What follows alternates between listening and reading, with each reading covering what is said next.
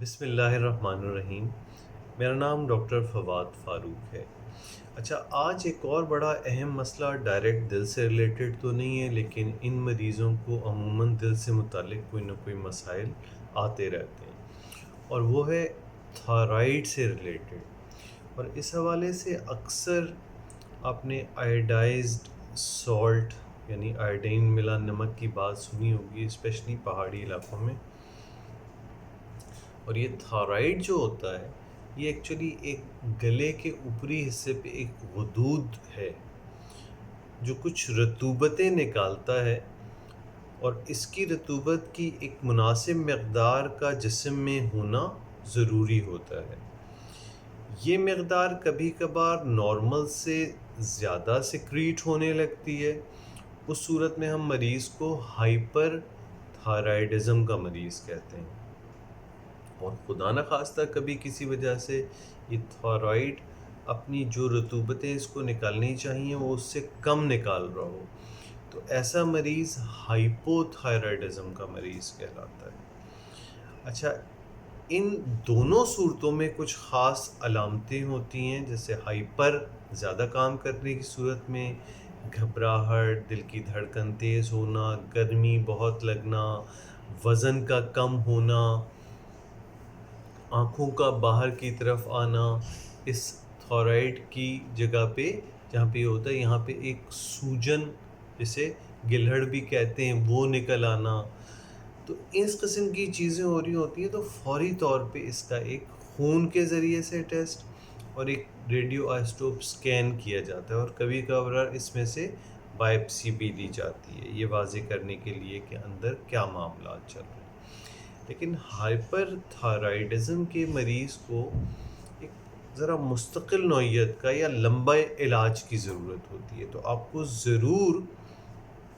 اپنے ڈاکٹر کے فالو کرنا پڑتا ہے تشخیص کے بعد، اور وہ پھر اس کے لیے مختلف طریقہ علاج ہوتے ہیں، گولیاں ہوتی ہیں یا ایک آئوڈین پلائی بھی جاتی ہے، یا کبھی کبھار اس کے لیے سرجری بھی کرنی پڑتی ہے۔ لیکن یہ علاج مستقل اور لمبا ہوتا ہے، تو اس لیے ہمیشہ ڈاکٹر کے پاس فالو رہنا چاہیے جو لوگ ہائپر تھائرائیڈزم۔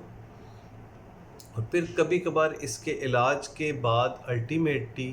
آپ نارمل بھی ہو جاتے ہیں، اور کبھی کبھار اس کے نتیجے میں آپ کا تھائرائیڈ کم بھی کام کرنے لگتا ہے، تو آپ ہائپر سے ہائپو تھائرائیڈ ہو جاتے ہیں۔ اچھا، ہائپو تھائرائیڈزم کے مریض کے جو علامتیں وہ بڑی ویگ ہوتی ہیں، کمزوری، لیتھارجی، سردی زیادہ لگنا، جلد کا خشک ہو جانا، بالوں کا خشک ہونا، بھووں کا تھوڑا سا سائڈ سے گر جانا، آواز میں عجیب سا کھردرا پن سا آ جانا، اور اس صورت میں بھی ٹیسٹ سے اس چیز کا پتہ چلتا ہے۔ اور ٹیسٹ سے ایک بار واضح ہو جائے کہ آپ کو ہائپو تھائرائیڈزم ہے، یعنی تھائرائیڈ آپ کا کم کام کر رہا ہے، تو آپ کو پھر مستقل بنیادوں پر عموماً یہ لائف لانگ دوا لینی پڑتی ہے۔ ہاں، وقتاً فوقتاً آپ کو اپنا تھائرائیڈ ٹیسٹ کرتے رہنا پڑتا ہے، تاکہ تھائرائیڈ کی وہ مقدار تھائروکسن کی آپ لیتے رہیں جو آپ کے لیے اس لمحے ضروری ہے، اور اس کا اندازہ صرف ٹیسٹ کر کے ہو جاتا ہے۔ یہ ہائپو تھائرائیڈزم والے مریض ایسا اکثر کر رہے ہوتے ہیں کہ ان کو ایک بار جو دوا تجویز کر دی گئی بس یہ وہ جاری رکھتے ہیں، پھر ڈاکٹر کو نہیں دکھاتے۔ ٹھیک ہے، آپ سٹیبل چل رہے ہو تو ہو سکتا ہے یہ ٹیسٹ آپ کو 3 سے 6 مہینے یا 6 مہینے سے سال میں کرنا پڑے، لیکن یہ ٹیسٹ کرتے رہنا پڑتا ہے تاکہ یہ پتہ چل جائے کہ جتنی تھائروکسن کی مقدار آپ کو دی جا رہی ہے وہ آپ کے لیے مناسب ہے، کیونکہ یہ آرٹیفیشل طریقے سے تھائروکسن کو ریپلیس کیا جا رہا ہوتا ہے،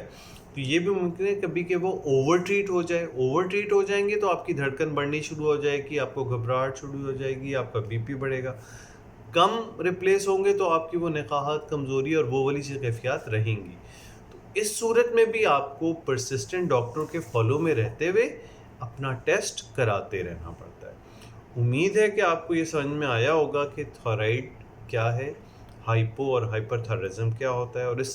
کا علاج کسی حد تک ذرا دور رس اور مستقل نوعیت کا ہوتا ہے۔ شکریہ۔